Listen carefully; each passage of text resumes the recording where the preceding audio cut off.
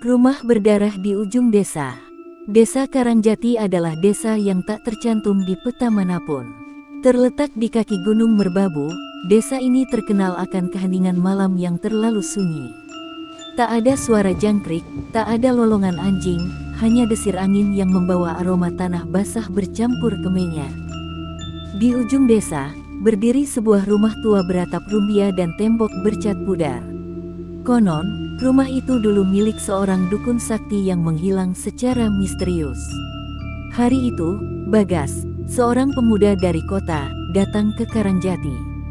Ia ingin menenangkan diri dari hiruk-pikuk kota dan menetap sementara di rumah warisan kakeknya, yang tak lain adalah rumah tua itu.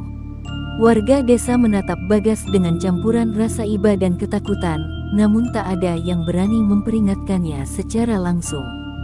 Mereka hanya berkata, kalau malam tiba, jangan keluar rumah. Dan jangan jawab jika ada yang mengetuk 3 kali. Malam pertama Bagas di rumah itu sunyi. Ia membaca buku tua di ruang tamu yang penuh debu. Namun sekitar pukul 2 dini hari, terdengar suara ketukan, tok, tok, tok, 3 kali, persis seperti yang dikatakan warga. Bagas, yang mengira itu ulah penduduk atau pencuri, membuka pintu. Tak ada siapapun, hanya jejak kaki kecil berlumur darah yang mengarah ke hutan belakang rumah. Ia menutup pintu buru-buru, tapi malam itu tak berakhir damai. Dari loteng terdengar suara nyanyian perempuan Jawa yang lirih dan menyayat, disusul suara isak tangis anak kecil. Ketika Bagas nekat naik ke atas, loteng itu kosong. Hanya ada boneka jerami tergantung dengan tulisan aksara Jawa kuno, kowe wis tangi, saiki giliranmu. Ketuk 3 kali dan bayi merah. Hari-hari berikutnya semakin mencekam. Bagas mulai mengalami mimpi aneh. Ia melihat dirinya membawa bungkusan kain putih berisi bayi, berjalan ke tengah hutan menuju sebuah sumur tua. Setiap pagi ia bangun dengan kaki berlumpur. Warga desa mulai menjauh. Hanya seorang nenek bernama Mbah Sarni yang mau bicara padanya. Kau sudah dibuka matanya, Le, katanya sambil menaburkan garam di halaman. Dulu, rumah itu tempat persembahan. Banyak bayi yang ditumbalkan ke sumur belakang. Kau mungkin keturunan penjaga gerbangnya. Bagas tak percaya. Tapi malam itu, suara ketukan datang lagi. Kali ini tidak hanya 3 kali. 5, 6, 7. Semakin lama, semakin cepat. Di depan pintu, ada bungkusan putih kain kafan kecil. Ketika dibuka, isinya bukan apa-apa, kecuali bau anyir darah dan suara tangis bayi yang menggema dari dalam kain kosong itu. Di dalam rumah, cermin retak-retak. Setiap pantulan menampilkan sosok berbeda, seorang perempuan dengan mata kosong, bayi tanpa wajah, dan Bagas sendiri yang berdiri sambil membawa parang berlumur darah. Malam itu, Bagas mendengar suara dari sumur.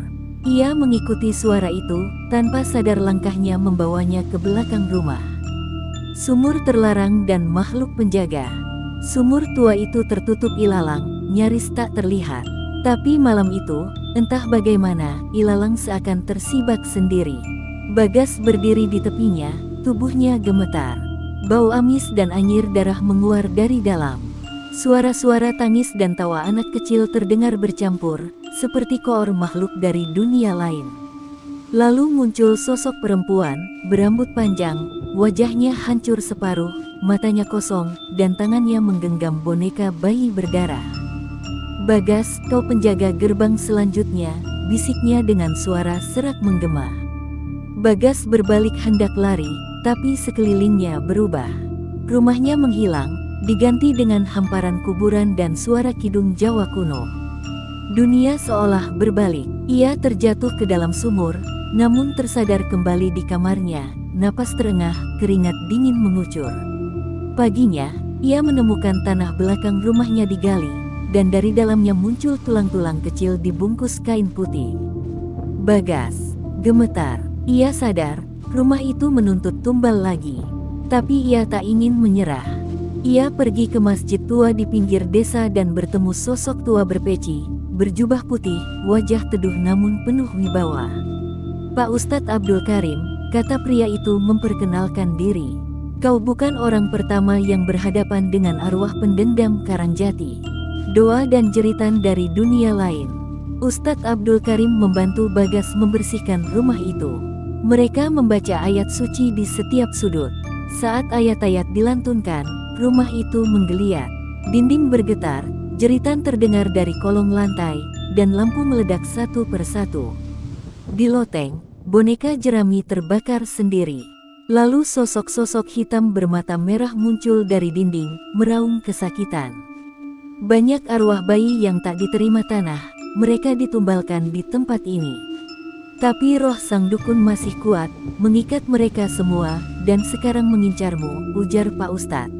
Malam itu, saat azan subuh berkumandang, tanah belakang rumah kembali terbuka sendiri.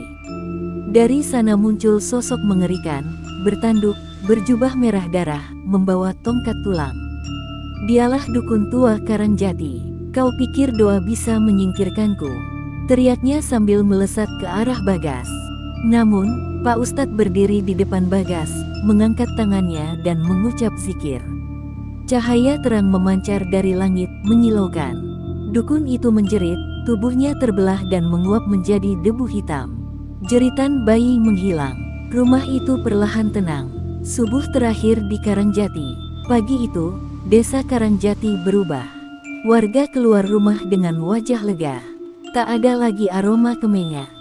Tak ada lagi sunyi yang menusuk.